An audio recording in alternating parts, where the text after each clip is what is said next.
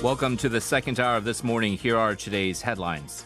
The central government is reviewing an option to allow local governments to ease COVID-19 containment measures for public use facilities where cluster infections haven't occurred for a certain period of time.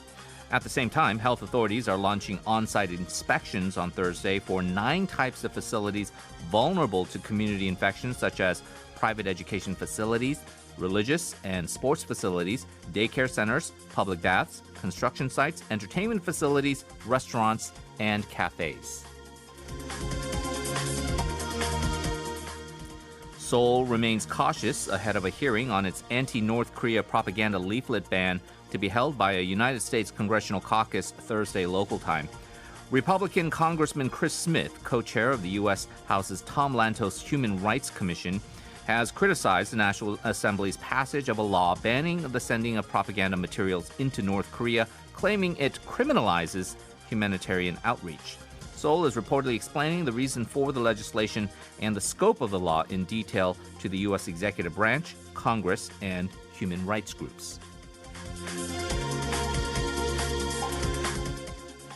President Moon Jae-in has reportedly decided to appoint former Democratic Party lawmaker Lee Cheol-hee as the next chief presidential secretary for political affairs. The president will likely reshuffle his cabinet, including the prime minister.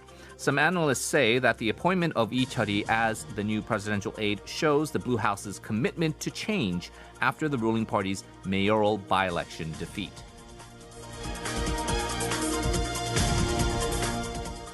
Finally, Tottenham player Son Heung-min was victim to racial abuse on his social media following the team's Premier League win against Manchester United.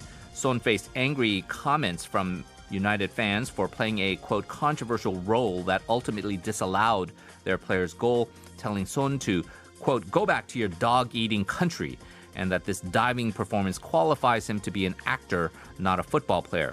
Tottenham Hotspur has promised to undertake a full review to determine the most effective action going forward and have expressed their full support for Son by tweeting, "We stand with you, Sonny."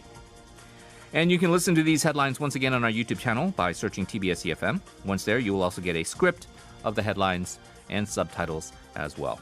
Coming up next, we'll take a closer look into the current controversy over South Korea's national liability or debt increases.